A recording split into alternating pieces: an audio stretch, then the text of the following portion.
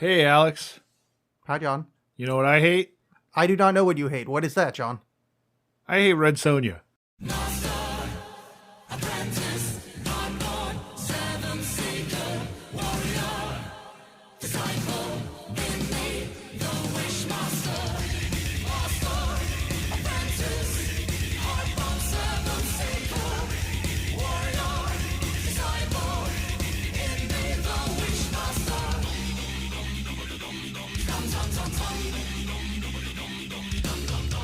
I don't really hate it, but I don't like it very much. It's not very good. Yeah, I was thinking that when I was watching it too. You know, what with all the crappy stuff that's in it? There's a lot of that. Yeah. More than you would think. Her name was Red Sonja. She lived in a savage world in an age of violence.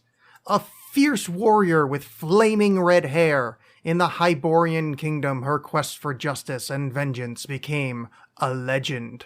This is how the legend began. Let me throw this out to you here. Her name was Red Sonja. She's from a savage world. Oh, gosh. I didn't mean for that to happen. I was just reading it. I'm like, oh, God. I was actually forcefully, while reading it, trying not to read it in Copacabana cadence. All right. Red Sonja. Here's my first gripe with the film. Flaming red hair. That is not flaming red hair. It says flaming red hair. Yeah. She's wearing a wig. Why not get flaming red hair? Like, it's not as if it's they couldn't find the right actress. You already have a wig. Right. So you're complaining that the wig is not red enough. Yeah. Well, not so much complaining. Well, I mean, I guess I'm complaining, but it's the opening crawl. Yeah. It's the main character. It's why she has her name. Yeah, she's got red hair. I don't. Yeah, but it's just kind of it's got like red hair. Like, just like, it's shrugging red, not flaming red. You wanted like clown red. Yeah. Okay. I mean, her name's Red Sonja. Right. She has red hair. Yeah. I don't know. It's also barbarian times. People didn't know any better. It was the Hyborian age, not barbarian right. times. Yeah, You same asshole? thing. Same thing. Read I a don't book. know. I have. I read all the Bruce E. Howard books. Robert E. Howard. Yeah, that's what I'm talking about. Yeah, so this is arguably based on a Robert E. Howard character. Yeah, based on Red Sonja Peregrine or something like that. And though she had a sword and a pistol, which was the original character. And then it was kind of reconnoitered, which is not the phrase. It was Kajiggered, yes, close enough, into a Marvel comic book called Red Sonja. And that's the one that matches a little bit more the film, because they basically said, hey, people would read this more if she could possibly run into Conan. And they're like, yeah, all right, cool. I guess she's from this time now. And arguably, Conan does show up in this movie. Yeah, let's Sort of. let's just talk about that now, I guess, because it is the Austrian in the room. Why was he not Conan? Allegedly, it was like a rights issue. I never really got a clear read on that, because I was looking that very thing up. And, Yeah, I was trying to figure it out too. But some sources were saying that there was they couldn't get the rights to the name, and other people were saying that they didn't want it to be a Conan movie, that it was supposed to be separate than that. Arnold had already been in the 2 Conan movies and some other stuff, like The Terminator. And Dino De Laurentiis was like, hey, come be in my movie, Mamma Mia. And he did. He showed up just to be a cameo, and then he gets there, and it's like, turns out you're in the movie a lot. Oh, I didn't read that one. Yeah. So so after that, because he thought he was only going to be there like a week, and he was there for 4 weeks. And so after that, he's like, no, I'm done with you. And he broke his contract with Dino De Laurentiis. After that, he was like, no, you screwed me over, and I hate this. And he hates it so much, he in interviews, he has talked about using it to punish his kids. Yeah, I saw that, which I actually found rather charming. Yeah, it was cute. Also, he was in The Last Action Hero. So that says something about this movie. What do you mean? That it was that this is the one that he goes, no, this one's too bad. That you're going to watch it as I can't believe punishment. this is happening right now. You seriously don't like Last Action Hero? Not that I remember. I remember That movie's fucking great. Okay. It's like one of the first kind of meta Yeah. movies ever made. Like, that movie's wonderful. No, I remember laughing at it in the theater, but also just being like, okay, I get it. Get on with it. All right, we got next week's show. Yeah. But yeah, okay, that would sort of make. Now that still doesn't make a lot of sense, because it's not like Arnold has the power to pull the name Conan Like it's No, not. it's even not. like, It's not. Well, I doubt it's specifically Arnold. I'm sure it's like the studios. No, but what I mean is, oh, sorry. I thought you're positing him and De Laurentiis' poor relationship as reason for him not being Conan. No. I'm just saying that was an added wrinkle. Okay. But of course, fans being awful people that they are, have sort of retconned it to that Calidor, who he plays in this movie, that's his traveling name that other people in fantasy novels have used. The reference that I heard in that was what's his fuck from Lord of the Rings, Mr. Strider. Well, no, Gandalf. That his travel he's Mjolnir, whatever. Like his character from the Silmarillion or whatever. Which, spoiler alert, anyone that would ever read that book, that he travels under the name of Gandalf. Oh, well, here's a better example from that same book. And you get 50% credit for this. But Strider, that's Aragorn, first king of the Andals, Jon Snow, first of his name. It travels under Strider. Right. So they're saying that he's just like he's got warrants in this area. He can't be Conan, so he's going to be Calidor. Rolling through. I was thinking that as well while it was going on, just because it was so stupid to have him not be Conan because he's Conan. Right. So I just kind of in my head had a bit of that same story going, like that actually is Conan, and for some reason he couldn't, he was already in trouble with the priestess lady. Well, I just like that it's clearly not Conan because he's wearing a shirt and pants. Yeah. Which, by the way, that outfit looks so community theater, it's ridiculous. It does. There's a lot of and it bums me out because there's a lot of this stuff. I feel like they used so much of their budget making the first set of costumes you see awesome, because the movie opens up and it's the movie opens with the rape flashback. Last time on Red Sonja. I actually have that phrase in quotes on my computer right now. Yeah, because it's this like quick cut thing of what's happened to Sonja up to this point, where her village has been attacked by this Queen Gedrin, who's wearing a nylon on her face, and her soldiers murder everyone and viciously rape her, which they really call that out. Yeah, they bring that point home. She meets a ghost, as one does, who in the forest that grants her the ability to take vengeance on. I was not clear on that. The ghost was just it sounds just more like the ghost was like her corner man. It's like, you can do it. I believe in you. Yeah, it was weird. I was going to say maybe the source material makes it clearer, but there isn't really source material. I mean, that's just, whatever. She meets a ghost that grants her powers of vengeance or something, and she's also wounded Gedrin in the attack as well. Now, okay, so during the flashback, it screams of that this is a sequel, and that's scenes from the first movie. I wonder if there was like an alternate cut, not necessarily an alternate, but something like the way that was shot just seemed like way too much money to do that scene. No, I think that's exactly it. I think they had this. That would be my guess, anyways. That they had this footage that they shot this whole opening scene. Maybe they tested it. Maybe they just saw it and went, "Okay, let's just get on with it." People don't care. Like I don't know whatever the reasons were. Yeah.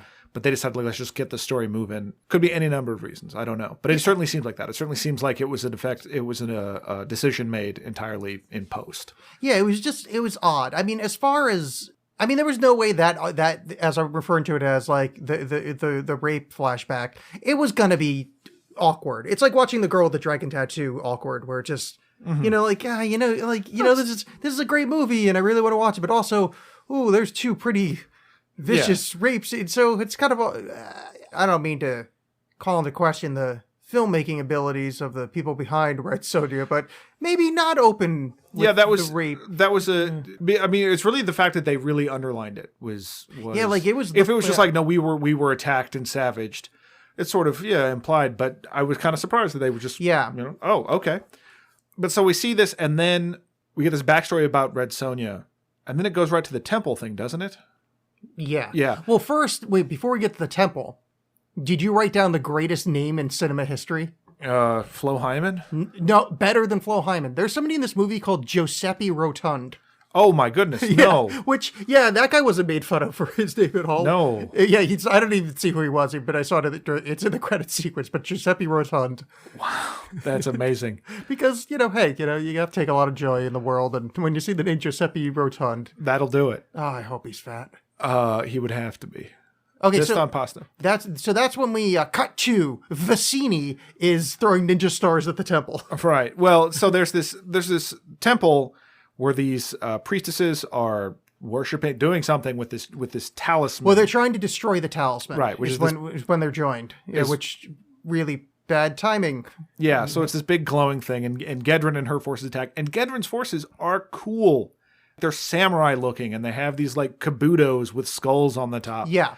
I was thinking, okay, I've never seen this movie before. This is kind of badass. I could get on board with this. Seems kind of cheesy, but like the costuming is really neat. It is, but the Vicini-looking guy, her second in command, the one with the wet Wallace Shawn lips. Yeah, Wallace Shawn by way of Robert Blake in Lost Highway. Yes. He is so out of place in that scene. Like, he's so just unathletic and just kind of like... It's also not really established that he has any magic powers or anything. He just looks like, if you're going to go raid this castle, bring your brother along. Yeah, here's what he looks like. He looks like someone that actually would die if he didn't get a mint julep that damn second. Right, yeah. Yeah, that's what I'm going with. I needed to find a way to put that into words, and I believe that I've got it perfectly. I think that does it. So anyway, he's got weird, gross, wet Wallace Shawn lips. Yeah, yeah. But yeah, so that scene was awesome, and it gave me such hope for this movie. Right. One, the priestesses looked like they're fighting well. Like the fight choreography in this movie is great for an 85 film. Mm-hmm. The priestess ladies are kicking ass. Like they're really, but they're overwhelmed and by superior numbers and shit. Cool. Right. Like what a thing. This is like Bechdel test. Yeah, fuck you, ladies kicking ass. Like it was a well done scene. It was interesting, and it was fighting us on board with it. They get the talisman, and well, I'll wait and talk about that at the end, how sort of stupid the talisman is. Okay, but during the talisman, one of the best scenes in the film is where she makes that dude touch it. Yes. And he just winks out. Like winks out like it's a David Lynch movie. It's great. There's not a bit of special effects. Yeah, like, I loved it. It's not even, I don't even want to say effect. It's so unspecial. Yeah, it's just cut. Yeah, it's just not there anymore. I was laughing out loud. The hilarity, John. Because only women can touch it. We're getting introduced to the film, so I don't think it needs to be fully explained quite yet. So Right. let's be annoyed that it never gets fully explained later. Well, so it's just, it's a magical doodad that Gedren wants. And one of the priestesses, Varna, is able to escape. And she runs into the mighty Lord Kalidor, who we've mentioned before is clearly not Conan, but is absolutely Conan. Oh, he's played by that guy. He didn't go anywhere. That dude from the '80s. That big guy. He was like if you didn't get Stallone, you got him. That one. He was in that robot from the future. Dolph movie? Lundgren. You're thinking of Universal Soldier. I was thinking of He-Man, but yeah. So she runs into Dolph Lundgren. Yeah. So she's like, "Hey, random guy, I'm dying. Help me find my sister." And he goes, "Yeah, sure." Yeah, I'm not doing anything. I was just kind of hanging out here. And this, again, like I'm totally on board with this movie because we're then introduced to Red Sonja, who's training with this old like Japanese master or something. And she's fighting with him, and all these guys and also cool armor are watching her. And they're fighting in this big arena that's overlooked by a statue of a warrior pooping. Yes. Like he's supposed to be just like sitting there, but it looks like he's taking it. I love that statue. Yeah. I actually love like that. This whole movie is just filled with great sets. Like there's great sets and matte paintings. Yeah. Like they're corny, but they're kind of great. Like they just make these huge vistas that actually look cool. Yeah, the Samurai Stadium is great. And then like I think it's the next scene where they have she's traveling somewhere and you see like broken statuary in the background. Yeah, which is like for a movie this cheesy ass, that's like cool detail. There's some that's some nice good world building. Yeah, look at us saying the same words at the same time. But that scene where she's training sets up this reoccurring theme in the movie of gross old men being like, "Oh boy, if only I could have sex with you." Yeah, he said it a little bit more politely than that. Barely. Yeah. He said, basically, you shouldn't hate all men because, getting funky is a good thing. Right. And they said, if it was 30 years, if I were 30 years younger, I'd tap that ass or. Right. No, that was that was verbatim what he said. And they said, every good sword needs its sheath. And then he looked down, like kind of like, yeah. Then he said "wink" out loud.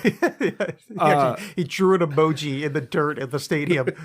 But then then what's his face? Calidor shows up and is like, oh, hey, I was sent to find you. Turns out Red Sonja is Varna's sister. And Varna's like, only you can destroy this talisman. Go get the talisman. So later in the movie, he says that he was actually trying to get to that temple. Right. To save them or help them destroy the thing. At some point in the movie, don't they actually say that he's actually like a lord or something like that? I answered my own question. I forgot that part happened. Yeah. There were parts of this movie it was really hard to pay attention to. This is a very boring movie. I really liked parts of this. Yeah. But there were swaths of like, oh, sure ride your horse there. Yep, yeah. Well, and stuff that should be exciting that kind of just keep going. So I'm still on board with the movie at this point. Like, it's cheesy, but okay, it's fun because they're starting their quest now. And also, sorry, before you just, Arnold Schwarzenegger is good as fuck riding horses. I didn't really even notice. Well, because they had one shot where he like stops at that bridge and then like turns the horse around like in almost the same spot, like a really tight turn in your car. Like he made a U-turn, but that happened to do a K-turn. Oh, with it, but like it was a full shot of him on the horse. So like he came to like a really quick stop. Did like this.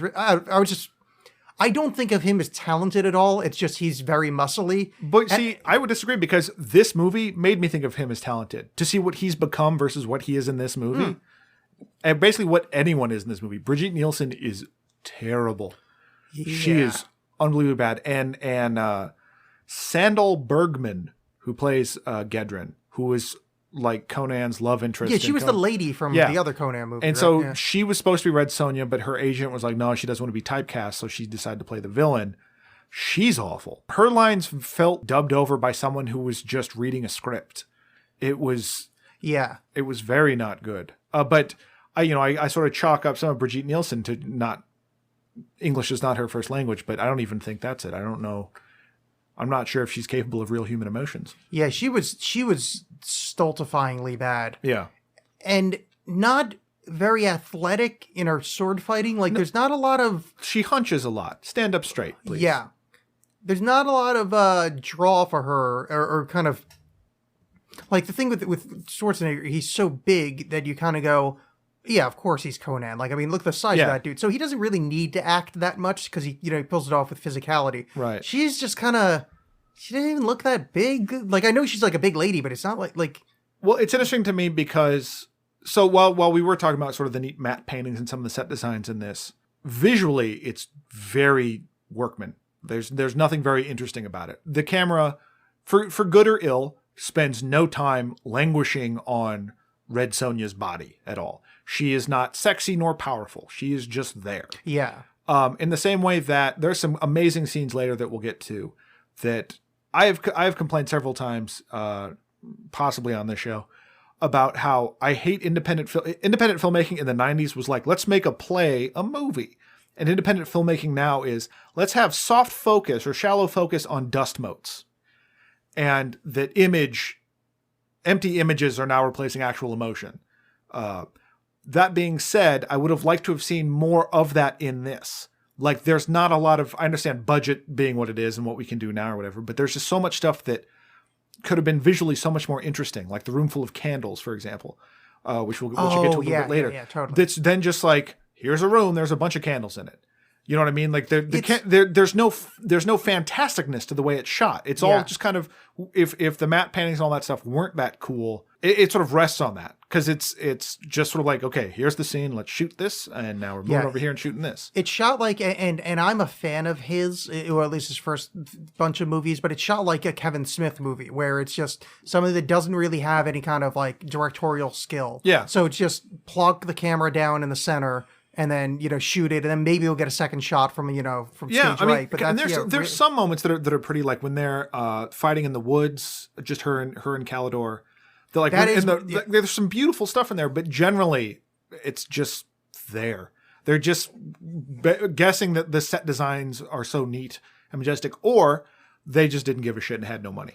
And we're just like, let's just get this thing done. Yeah, I feel like they had to cut some scenes for some reason, and that really fucked the movie because like it does run short, but it just I don't know. And you can tell like they rerun footage of him riding his horse and him on in the robot scene. For being Red Sonja too, like Calidor gets her out of a lot of jams. And it's not even like the hero's journey. It's not like she's learning to use her power or something. She's apparently just badass. I mean, you see her like she's training, but it's already established that, yeah, she's badass. But then constantly Calidor is bailing her out of stuff. So this next sequence, they're trying to get to where Gedren is, and she encounters Lord Brightag, the sort of ruler of this mountain pass. But before she gets there, she stops by Hablock, the destroyed kingdom of Hablock, which is ruled by the worst character, Ruby Rod of his day. Now that kid was in a lot of movies in the 1980s. Yeah, well, here's the thing. His dad was the fight choreographer for this movie. Ah. Yeah. So he's this little brat, which I've never understood that this as a character shown up in so many movies. They're like the spoiled little jerk that we're supposed to find endearing somehow. Yeah. And I don't follow. His bodyguard, Paulie Walnuts. Yeah. Hey, yo, I'm in a fantasy movie over here. Like, everyone having broken English somehow kind of adds to this whole thing. And even like Gedren has this very sort of flat accent kind of thing, and it's fine. But when you have an extra of The Sopranos show up, it just kind of breaks the fourth wall for me. It just and that part was by far the worst of the film. So that little kid doing I don't find that like precocious or adorable at all. Like it's just he was just a rude craphead. It's irritating, and I've never liked that character. But that scene is so 1920s slapsticky, where it's like, oh, I'm on the hand and I'm falling this way, and there's just so much like do, like just it's like here's the comic relief, everybody. Oh, it's so just ham-handed and obvious, and oh god, that probably. Not that I would rate this movie on a star, but if I was like, if this was a good movie, that would have lost an entire star for me. Just that scene. Sure. Like, it could be the best movie ever made, and it's getting 4 stars just for that 4 minutes. Because God damn, it made me terrible. long for the guy from Conan the Destroyer that ate the jewels. But so yeah, they meet these two, and they have some hilarious moments with because Gedren has laid waste to his kingdom. So we're just introduced them. That's the whole thing. They're gonna show up later, but. Right after she deals with them, she deals with this Lord Brightag guy who's just this bandit king. That's just like, oh, you want to get through here, you got to pay me the iron price, or I'm going to bang you.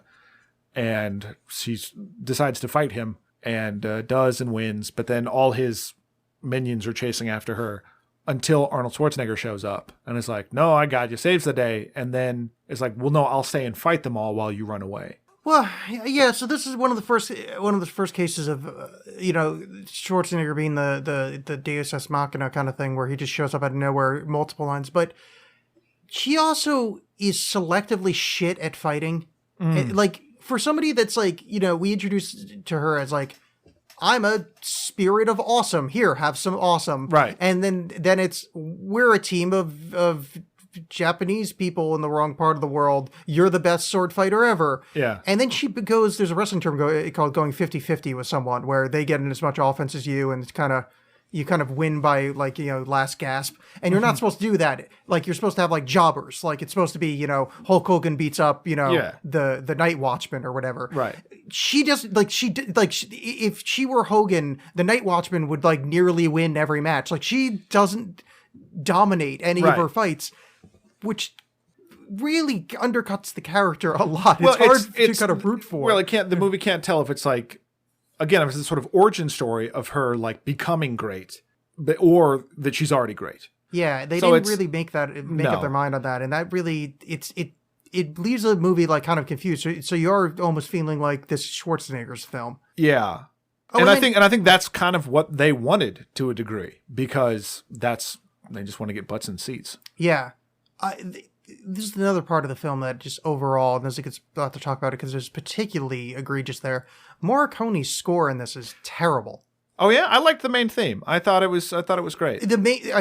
Probably the or at least the opening stuff, like where he's playing off of, but like the score during that like Braytek fight is really awful. Like it's just like this upbeat, like it's almost like a polka kind of number. Is really, really awkward. I did not like it, Sam. I am. Yeah, I don't know. I just like the main theme, and I kind of forgot about the rest of it.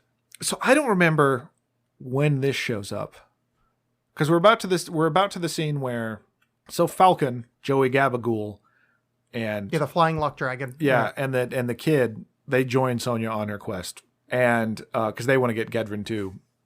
Yeah, that's right. Yeah, because she beats her way. Well, no, Arnold Schwarzenegger beats his way. So she gets through Bratex. Whatever. He runs into the little kid and the fat guy, and then it turns out like, oh yeah, we hate that lady too. So I guess we should all hang out together. Right. And that's and then they cross this bone bridge, which is this animal, which was a cool map painting again, like this animal. Oh, yeah, that was badass. But like.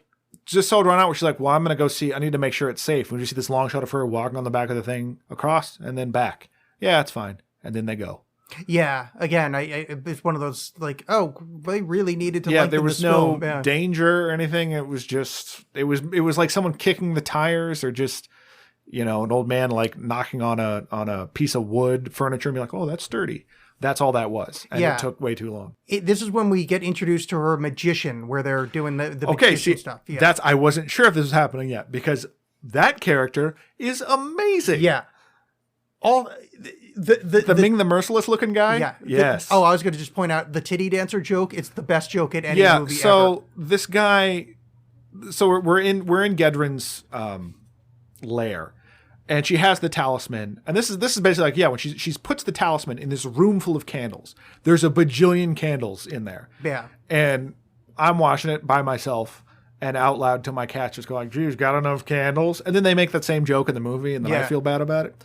But it is just, you could have made this, and they try to make it kind of artful or whatever, but it's just sort of presented like, here's this room full of candles. And the reason is the talisman needs light in order to be powerful. And there's a storm coming that's going to make it even more powerful somehow. So they're kind of waiting for that. But for now, they're charging it up with that. Eichel is expressing his concern about like, be careful. This thing's awful powerful. And that's when we're introduced to her court magician who doesn't have a single speaking part, like doesn't say anything, I think, ever. And no, I don't think he does. He just, he looks like Ming the Merciless from Flash Gordon. He's got big fake nails. And she just shows up. I don't think they like introduce him or anything. He's just there and like, oh, cool, come on in. It's brought to her attention that there's some people violating the perimeter. So like, well, show me on your magic screen who these people are. So the magician starts pouring potions into a thing that's going to make this screen show something, and it shows a topless lady belly dancing. Yeah, and everyone looks at him like. He's like, oh, from my private stash. Whoops. Yeah, that was the best joke ever. When he sees it, all he does is just whatever he's doing, but harder. Yeah. Like he's holding something that's bubbling and he just like holds it more and then it becomes the other scene. It's just executed so artlessly and poorly. Oh, I thought it was the best.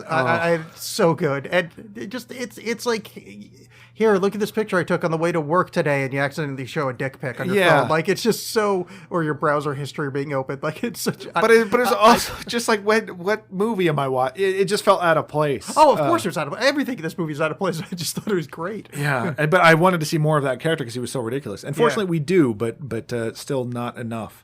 And so then, so they're waylaid by she commands him to give them a little storm. And so they're waylaid by the storm in a cave. She talks to Falcon Gabagool, and they go, oh, where's the prince? The prince has wandered off. And he has wandered further into this cave, which is actually like an old civilization or something like that, and finds these old statues. Oh, okay, that's right. Because of the rain, the caves are filling up with water. Where he is, but there's this giant pearl in one of the statues' mouths. And he's like, oh, Falcon, get this pearl. We can rebuild my kingdom with it. Falcon starts getting it out. And as soon as he does, after an extraordinary amount of time, he pries the thing loose, and then this giant metal monster appears. At first, I thought that was awesome. Again, like the movie fooled me, because you see these close-ups of it, and it's shooting out this metal forked tongue. And when it first arrives, it seems huge and awesome. And then it's just the low-budget Burt I. Gordon, Roger Corman thing of like, here's the underwater shot of the monster, and then here's people reacting to it. Yeah. And so they start trying to fight it, and because it's made of metal, their swords aren't doing anything. And this goes on for a very long time. Oh, yeah, it does. Yeah. And then guess who shows up? Calidor. Hooray. Again, it's Arnold Schwarzenegger, and then he's having trouble fighting it. And then they figure out somehow that the only way to kill it is to blind it. Well, he says, I cannot kill it. It is a machine. Oh, right. And then he says, Sonja, help me take its eyes. And Right. there's no explanation. But no, you just but that's during how you that beat a scene, machine. they have this overshot where Schwarzenegger's holding onto the back of this prop monster and being dragged around in the water. And they cycle that shot at least 4 times. Yeah. The exact same shot. It's like, motherfucker, they ran out of shit for this movie. Like, oh boy. And that scene did not need padding because it's not even like that exciting. It starts off kind of exciting, but then it just gets very, this isn't working. We know. Let's get on with it. Yeah. And he rides the thing around for a while and no one can figure it out. Then he's like, oh, pry out its eyes. And then it waits there very patiently while they pry out its eyes. They do, and then everyone's fine. And they climb out. It's then that we figure out that she's like, how come you're following me? And they're in this lovely wooded area. And she's like, why are you following me? And he's like, well, turns out I'm the lord of these priestesses. And I was there too. If they can't destroy the orb, then it was my job to destroy the orb, even though I can't touch it. But I was going to destroy it. Okay. And then they have the moment, which I actually kind of liked this, that, so he's throwing mad game at her. And she says that I can't, I'm only interested in a man that can beat me in a fair fight. And so they have a fight. Well, first, this is important, the way first he puts a sword to her throat while she's sleeping. Oh, right, yeah. And he's like, if you yield now, I'll put my dick in you, or whatever. Because she says that. And then flawless impression, by the way. Well, yeah. She says that and then just goes and lays down. She's like, no, I only beat a man in a fair fight. Time for bed. Yeah. And he's all horked up. So he's going to, he basically threatens her life, as you do. And then they have a sword fight, and they're equally matched. So now she's great again. She's great at sword fighting again. Well, no, she isn't, though, because he's just some asshole. She's endowed by a goddess and taught by magical ninjas. Well, she should smoke his ass. If he's Conan, though, which he may or may not be. But is Conan magical? I thought Conan was just, strong. Yeah, that's all you need. He's like the best. Oh, yeah, he's the most strong. All right, fine. That just annoyed me. But sure, but I like that they were evenly matched and like that nothing came of it. And I love how long the scene went on. Yeah. That they just kept trying to fight after a while. Like it was just really fun. Like them just being exhausted by the tree. How protracted that scene was, I thought actually kind of worked, and it made me actually like these characters that was going on. Because the kid wants to in on it because he thinks someone's trying to fight Sonja. I'm like, oh no, we're just practicing. Mommy and Daddy are just wrestling. Yeah, well, exactly. Yeah. Just look over there. They come to a standstill and pass out by a tree. Then they go to Gudrun's castle. And it was, again, just get on with it movie where they're having this whole discussion about like, well, who should guard the door? And it was basically just like, well, not me. And then they managed to convince the little kid to do it. Cool, I guess. It was just like a long way to go. Instead of just being like, hey, you guard this door, we're going to go in here. I thought fool him into it. I think that was, and I'm saying this in heavy sarcastic quotes. That's character development because they know him so well that they know that's the. You're absolutely right. I just hated this kid and wanted little to do with him. Fucking terrible. Like he's a punchable little bastard. But the worst part is he could have kicked the shit out of us if we tried to punch him. Oh, that's true. Because he's very good at fighting for a kid. Yeah. Has he had a fight scene? Yeah, but he got his ass handed to him because that was when she was teaching him how to fight in that one spot.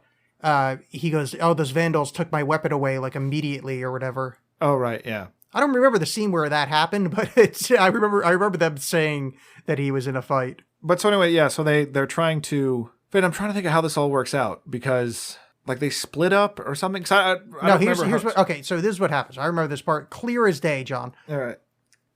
The fat guy says, here, I'm going to give you a bone. And he gives a bone to the little kid. Oh, right, bone's the little kid.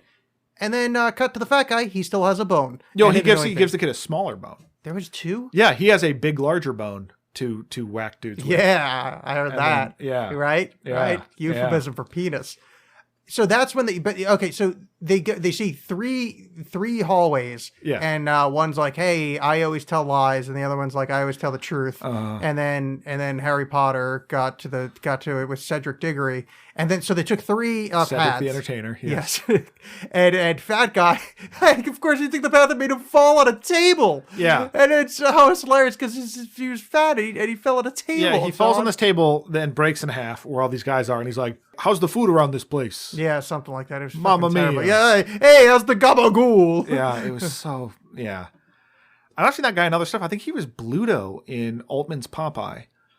I wouldn't be surprised. He had a very familiar face. He was in Crime Wave, the very poorly reviewed, correctly so, movie directed by the Coens and written by Sam Raimi. Him and Brian James. Oh, I don't know that one. It's really not good. It's got some moments in it, but it's. Now I'm curious. What do you remember this guy's name? Like Paul Best or something like that. Paul L. Smith, but Smith. As Paul Smith. Oh my God, he was in Dune. Oh yeah, he was Count. Yeah, holy crap! You're right. He was Bluto. Yeah, he squeezes a little rat thing in the juice box in Dune. Yeah, he was in Maverick, greatest movie ever made. Yeah, Crime Wave, Dune. Yeah, he was the Beast Raban. Count Raban. Wow. Yeah, he was a working actor for a really long time. Yeah. Anyway, yeah. So Joey Gabagool busts the table. So they've blown their cover there. What's Calidor and Sonja doing? They're just in the other two hallways, and then they just jump into the scene. Okay. The entire scene is them all three entering the room at the same time, except they wanted to have the hilarious bit where the fat guy broke the table. Then they jump in the fight, and it's just, hey, we're gonna fight the bad guys. So you get the hand is there, and Danny Rand is. Oh, that's by the way. This movie is exactly analogous to The Defenders in that Danny Rand is that little fucking annoying kid, and he. Okay, I haven't seen the show. Yeah, I'm going to take your word for it. I believe it. No, but as I was saying this, I realized, oh yeah, I believe John was the one I had a full conversation with, and you haven't seen Iron Fist, and probably haven't seen The Avengers. No, but this is a dumb thing for me to say out loud. I fully believe it. But so this leads me to a whole thing with this movie where while this is happening, Eichel, the Queen's lackey, has changed into his evening wear. He's changed into his evening gown. Oh yeah, now and he looks fabulous. It's great. It's a great like wizard's robe. It makes him seem like more powerful than he actually is. And he's starting to be like, hey, this talisman is tearing the castle apart. The talisman is becoming too powerful, and it's shaking everything, and things are going bad. So at no point do our heroes should have even bothered with this. Like, the talisman takes care of itself, basically. Okay, but let's not open up this can of worms, because then I'm going to point to a certain Nazi-fighting archaeologist that you could make the exact same... Yeah, totally. Because there's a lot of movies that, frankly, if the heroes didn't get involved, probably less people would have gotten hurt. Right, yeah. And this is one of them. Because, like, this talisman would have just done what it eventually does and self-destruct the castle and fall into the... But, so Eichel's getting upset about it, and so he leaves, and in leaving, runs into the little shit. And there's a terrible scene of a sort of fight, I guess. Okay, so they fight, and then he... just rolls under a giant door. I think what's supposed to be happening because he's trying to leave and the kid's like, you've got my riches. I see you have like these purses full of wealth. I want them. So he slashes them open. And so he and the guy kind of shove each other a little bit. And then the kid goes to, I think the idea is the kid goes to close the door and Eichel is like, it's this giant rolling, boulder in front of Jesus's tomb kind of thing. And I think Eichel's idea was to duck under it and make an escape, but he trips and then just gets crushed by it. Is that what it was? But it's done. Yeah, but it seems like he just sort of like, cool, now's my way out of this film. Hops under it and just like, whee! It's really awkward. Yeah. Yeah, I couldn't really figure out what was supposed to be happening there. So he gets crushed because there are several moments in this movie where there's some prolonged violence happening to people like that. Like we talked about the opening, but then when the priestesses are being attacked by Gedrin at the beginning, there's this huge pit in the center of their altar, which I think maybe they're planning to throw the talisman or something. And they dump a whole bunch of people into it, her soldiers. Yeah. And you could hear them screaming for a long amount of time while they slowly close it back up. It was very upsetting. That scene was almost effective, but the reason I didn't mark it down was when it closed, the rock made a really huge noise and they cut too awkwardly. Because it would have been super cool if the rock just made not a subdued noise, but just the more what you heard was their voices going away when the rock closed on top. Would have been like, oh, that was really cool. But they didn't do that. No. They made a big dumb rock noise and it just took away from any of the kind of implied horror. Yeah. It was just a big guitar riff. Exactly. Big rock noise. So anyway, so he gets crushed, joyfully crushed. I got a little confused here, as I have been throughout this whole movie, apparently. Well, it's not very clear, is the problem. So they get to Gedrin. Yep. Red Sonja shows up to Gedrin's throne room, and Gedrin is in there, but it's not Gedrin. It's like a young Is that like her daughter? Who's the person sitting on the throne? Oh, that lady's always standing next to her. That's just some lady. That's her, like... All right. Her handmaid. Yeah, something like that. Yeah, because I was just like, wait, who is that? Because she was like, help me. She's holding me hostage. And Sonja just goes in and Gedren gets the drop on her. And they start fighting. No. The help me thing, she says it to the little prince kid. Because that's how she holds a knife to his neck. Oh, that's right. Okay. Yeah. All right. So it's very important because that kid learns nothing and is dumb. Right. Yeah. So gets the drop on this kid. Audience at home, I really wish you could see John's disgusted faces of oh god, this fucking scene. Because it doesn't matter.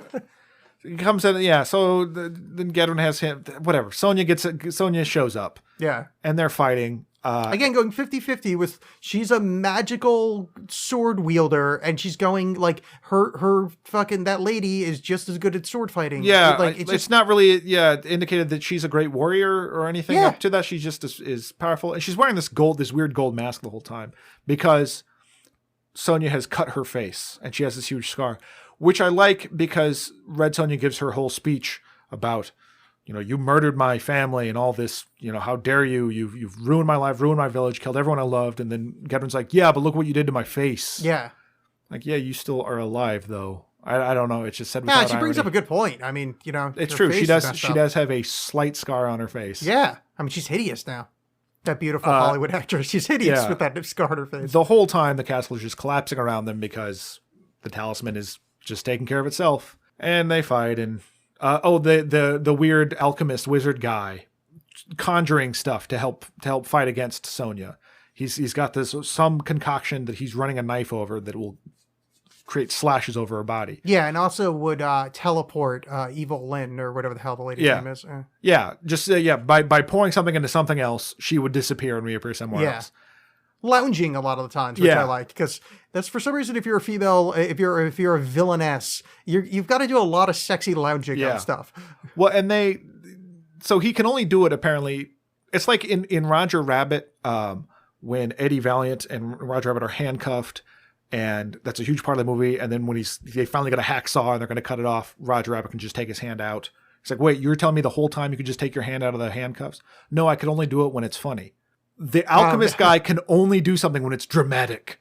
Like, I don't know why he wasn't sitting there just slashing, just like, I can hurt you by running a knife over some water. Yeah.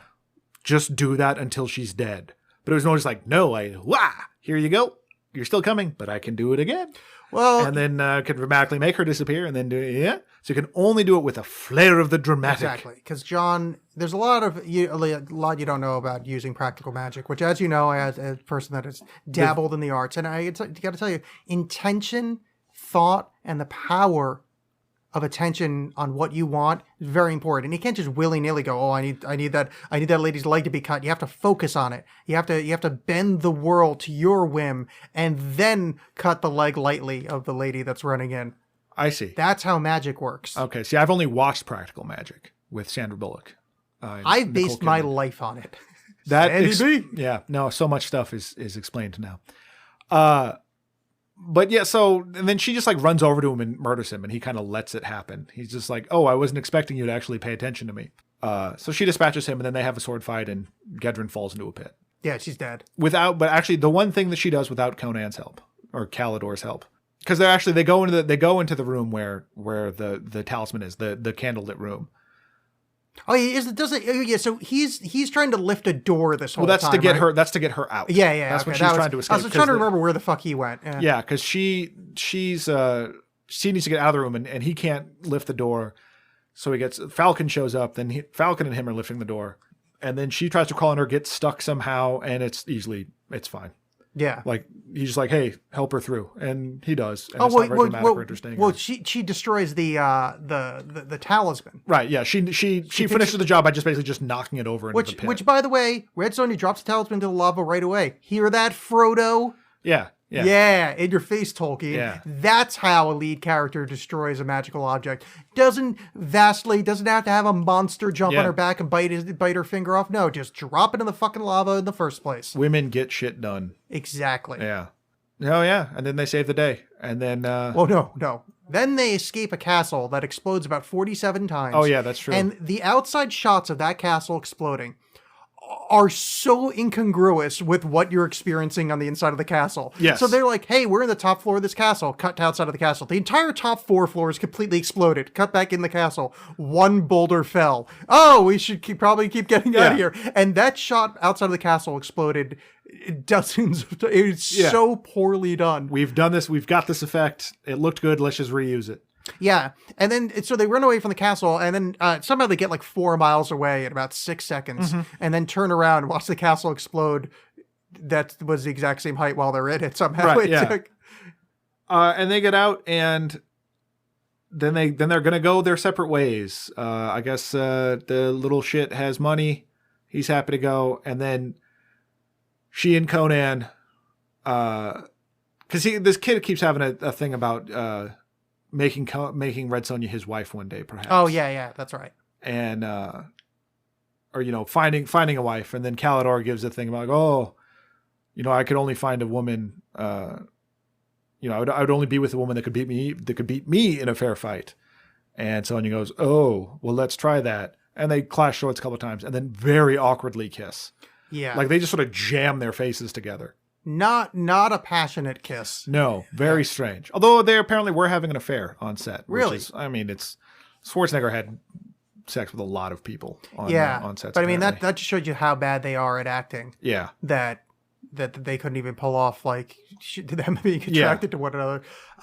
We managed to go through this whole movie without pointing out just how terrible her acting is. It's very bad. Well, we we pointed out, but I mean, it really should have come up more. There's also one of the things we skipped over was her sister and her very different accents. Extremely different accents. Yeah. Like, it's a regional thing. They got separated, and then she became Danish. Yeah. But I love the any kind of when there's back and forth between the two, and thankfully they both don't speak that much. But it's Schwarzenegger and her, and it's just the mastery of English involved there.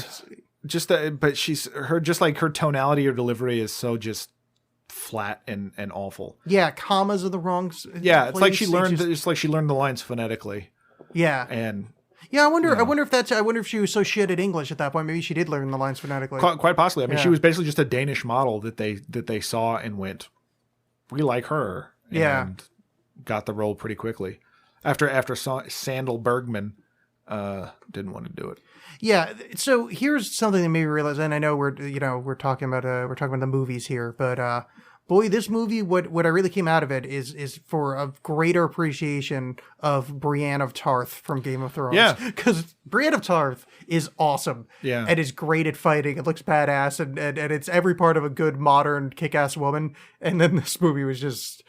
Oof, well, I was joking to myself about this thing being the sort of the female Ghostbusters to Conan. Well, let's make a lady version of it. Oh, yeah. And then... thinking that they tried because it ruined your childhood. That the presence of a woman made. Oh my God, I can't face it. No, they were going to remake this. I forgot that they were going to do this in like 2015. They were, or no, it was earlier than that. But they were going to redo it. It was going to be Robert Rodriguez, and what's her flipping name? Rose McGowan as Red Sonja. Yeah, and there started being like promo stuff for it, and then like it all just fell apart. I don't know if that was the same time that it was revealed they were having an affair. Rose McGowan? Rose McGowan. Wow, that's a weird choice. Yeah. And because everyone was like, oh, really? Like where there's legitimately like badass females out there, or even that, that are good actresses, or even that one woman, she was an MMA person, Gina Carano. Yeah. Yeah. There's like, what? Her? Why not? No, let's go with Rose McGowan. And then it fell apart, and then it's like, I guess, in development hell, and we'll never ever see the light of day. But yeah, you could totally make a suit. You could make this movie so much better now. It would still be just, it's not like a high art. It's a sword and sandals pick, but you could make this so much better and more interesting and badass. I wouldn't mind a remake of this. No, I'm totally for it. A lot of the bones of it, it's kind of fun, but the thing that I think I hated most about this movie was when you came in earlier tonight and referenced that it's less than an hour and a half. Yeah. And I was just in shock. Yeah, it's because I would have, like, previous to that, if you said, "Hey Alex, how long do you think this movie was?" I would have said 2:15. Yeah, Well, it's so plotting, and like I was saying, like the direction is just so, like anything that's supposed to be funny is just done just sort of matter of factly. Like I'm not even going to bother looking up the director's name. Like there's no attempt to make any of this artful. There's seems to be this expectation that all the pieces are going to do the heavy lifting. That you don't need to orchestrate it at all. That the set's going to be cool enough that we're just going to be taken by that. That somehow the action's going to be good enough. That it's just shot so just rotely, like just matter of fact. And it loses so much. And so you're fighting this giant underwater machine. That could be great. That could be super exciting, even with a low budget. No, let's not do that. Let's just set up the camera, roll it, let's move on. Yeah. So for the audience at home, if you didn't watch this before you listened to this episode, if you can find it for free, there's some scenes that are definitely worth watching. But boy, anytime there's not a sword out, don't watch the movie. And that little kid, don't watch that little kid. It made me want to go back and watch Conan the Destroyer, which is not high praise for either movie, but it is something that made me. Which one was the Destroyer? The bad one. That's the one with Olivia d'Abo as the sorcerer's daughter or something. That's the one with the room of mirrors. Yeah, that one. Yeah, the other one's with James Earl Jones. Yeah, the James Earl Jones one was the good one with Tesla Doom or whatever his name was. Was that really his name? No, his name is like Tulsa, Oklahoma. It's something Doom. Yeah. Tussle of Doom. Tussle Doom. Yes, Victor Von Doom. Victor Von Tussle. Yes. All right, John. Here's the deal. Here's the situation. Next episode, we're going to enter a fascist future where all forms of feeling are illegal. But they really like starting words with the same letter in a row, some kind of consonants. A man in charge of enforcing the law rises to overthrow the system. That's right. We're watching Gattaca, a.k.a. Equilibrium. Oh. I shouldn't have said that. We're watching Equilibrium. I'm the only one that gets those movies confused. Yeah, that's a weird... I mean, they're both gray and featured guys with slicked hair. That's probably what happened. So this movie is Christian Bale. He fight. Oh, wait a second. People who like this also liked first thing on IMDb, Gattaca. Oh, all right. Well, see, yeah, it's about suppression of things. Gattaca, they suppress things. Yeah, they're both like kind of like enjoyment of movies. They're both bland white guys. So anyway, yeah, this movie stars Christian Bale and Christian Bale has been called the thinking man's Ethan Hawke. No, he hasn't. By me, just now. Well, okay, well, fine. That hardly counts, though. Sean Bean, Emily Watson, and somebody called C. Full Cast and Crew. Must be Asian. Related to C. Thomas Howell. Ah, yes, Soul Man himself. All right, so that's C. Thomas Howell, right? Yeah, it is totally C. Thomas Howell. It's the only movie I know. He would rather it not be, but it absolutely is. Well, that's his fault. That'll teach you for taking so many self-tanning pills or whatever the fuck that garbage plot was. So that's what we're watching. Equilibrium. We didn't look to see where it's available, but if you can't find it, then you got issues. I feel bad for you, son. You should own it already. I got 99 problems, but finding a place to source Equilibrium is not one. As the rap song says. That is exactly what it says. Yes, so that's it. Do that. If you're listening now, that means you like the show enough to listen to the whole thing. Go to iTunes, leave a review. That would be lovely. Or Stitcher or Google Play or wherever the hell you get it from. We're everywhere. Cool. I love you all. Bye. Bye.